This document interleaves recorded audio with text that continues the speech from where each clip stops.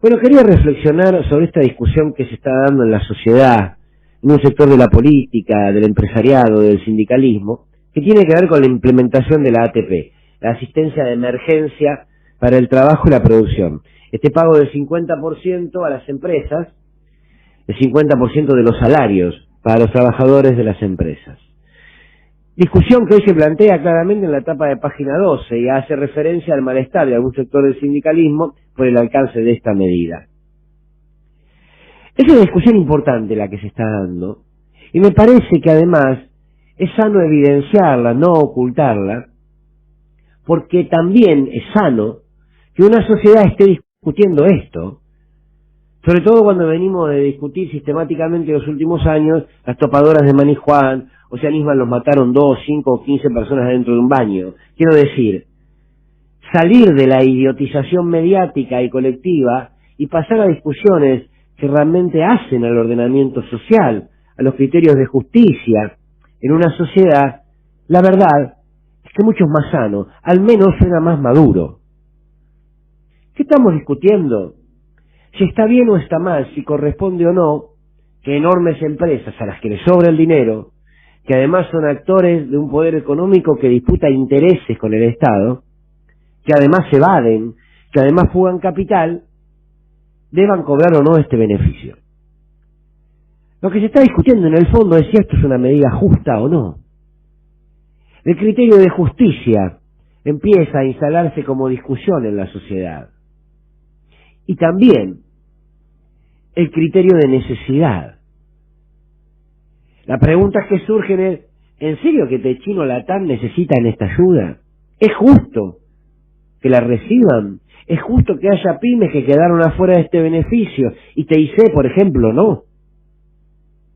Quizás las respuestas a estas preguntas tengan que ver con el lugar desde donde se lo analiza. Por ejemplo, hay quienes lo hacen desde la centralidad del trabajador. Entonces dicen, trabajadores somos todos. El trabajador de Clarín también es trabajador, trabajadora. No por trabajar en un monopolio nefasto como el multimedio Clarín, dejo de ser trabajador o trabajadora. Por tanto, ¿por qué no debería cobrar este beneficio? Claro, cuando los pasamos por el tamiz de los derechos que tienen los trabajadores como tales, más allá de donde trabaja, se hace difícil negarse y oponerse a esta medida. Uno entiende que es desde acá, desde donde el gobierno nacional decidió este beneficio. El Ejecutivo está ayudando al trabajador, por más que indirectamente también esté ayudando al empresario. Su mirada está puesta en el laburante, te dicen desde el gobierno, y ante esto no se puede agregar mucho. Ahora bien, hay otro prisma por donde analizarlo, que es desde el empresariado. Entonces uno aquí dice, es inaudito que empresas que tienen dinero en el exterior, que fugaron millones durante el gobierno de Macri, que además ya recortaron salarios de los trabajadores de sus empresas en cuanto empezó la pandemia, que además son grandes jugadores de la bolsa, reciban este beneficio.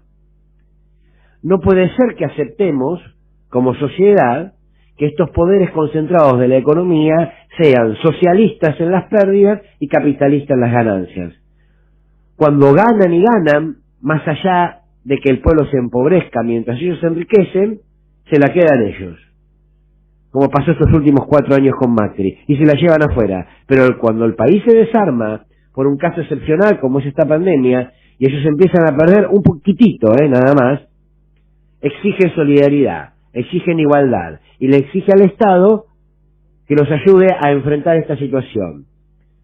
Somos socialistas entonces, cuando las cosas están mal, ahora cuando las cosas nos van bien, acumulamos y acumulamos. Cuando gano, gano solo, y cuando pierdo, que pongan todos. Aquí aparece entonces el criterio de justicia. Y la sociedad discute esto, y está bien. La sociedad se pregunta si es justo. Si el Estado no puede discernir entre el pez gordo y el pez pequeño para tomar medidas, el río se va a poner revuelto, siempre. Además es lógico que así sea. Pero lo que es claro también es que esta situación de la pandemia es excepcional. Y que entonces uno entiende que a veces hay que digerir estas medidas, porque esta situación pone en crisis todo. Ahora bien, la excepción, aunque injusta, no puede transformarse en la regla. Por tanto, el planteo ya es el día después. Si la excepción va a quedar en una excepción, en un contexto determinado, o esta excepción será regla. Si la excepción es regla, entonces el día después será mucho más complicado. Si esto es simplemente el resultado de un momento confuso y angustiante para todos, seguramente la sociedad lo entenderá de otra manera. Fantástica. La columna de Fernando Borrón.